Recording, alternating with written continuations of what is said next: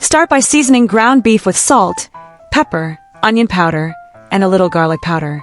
Cook until browned and crumbly, then drain off any excess oil so the sauce stays creamy, not greasy.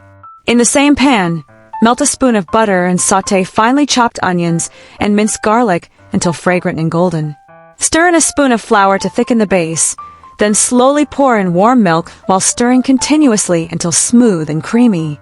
Add a generous spoon of sour cream, a handful of shredded mozzarella, and a bit of cheddar for that rich, stretchy texture. The sauce should be silky, cheesy, and thick enough to coat the back of a spoon. Fold the cooked beef back into the sauce, stirring until every piece is covered in that glossy cheese coating. Pour everything into a buttered baking dish.